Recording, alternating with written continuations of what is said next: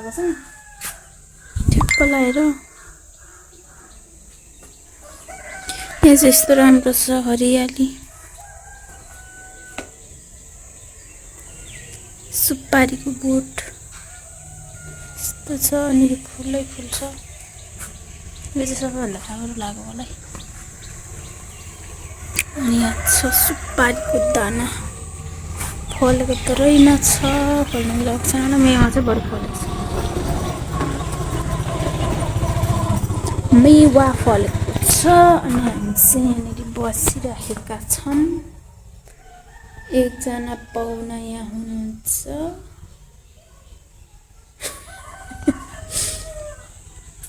अनि मलाई यो सँगै होइन एउटा फुल यहाँ पनि मन पर्यो यो क्या यो कत्रो जुप्पा रे थुङ्गा फुल्दो रहेछ पाकेको एउटा थुङ्गा चाहिँ बोकेर स्पिडमा कुद्नु पर्ला आज अनि यो झन् पिङ्क रोज कम्ती राम्रो छ सानो फुल रहेछ अनि यो फुल भाले फुल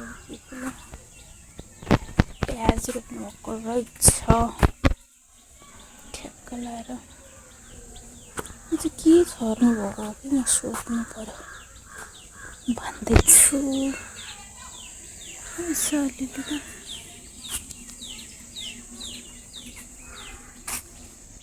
स्पाइडर प्लान्ट छ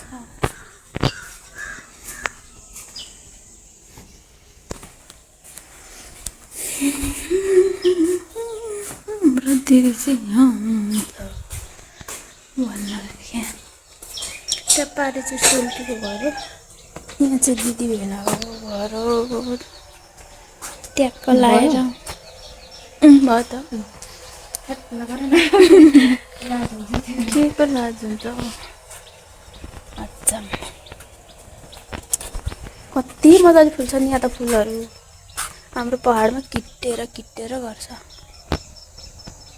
भयो घरको थुङ्गा सबै फुलेछ खाने कुरा देखियो घरकै छेउमा किचनबाट टिपेर खानु पनि मिल्ने कस्तो यस्तो पो हुँदो रहेछ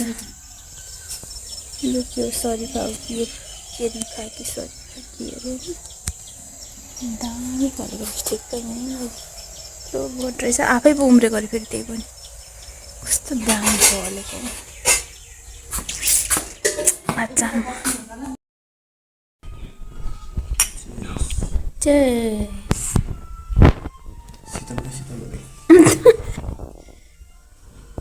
तर बाफ आउँदैछ र पो त नभए त हुन्थ्यो नि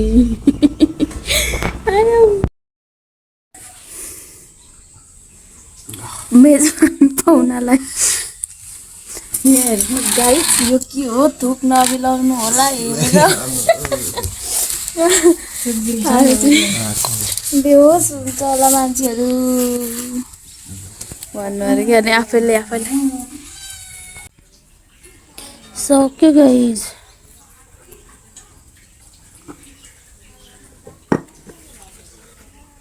बसेर चाहिँ खान सकेन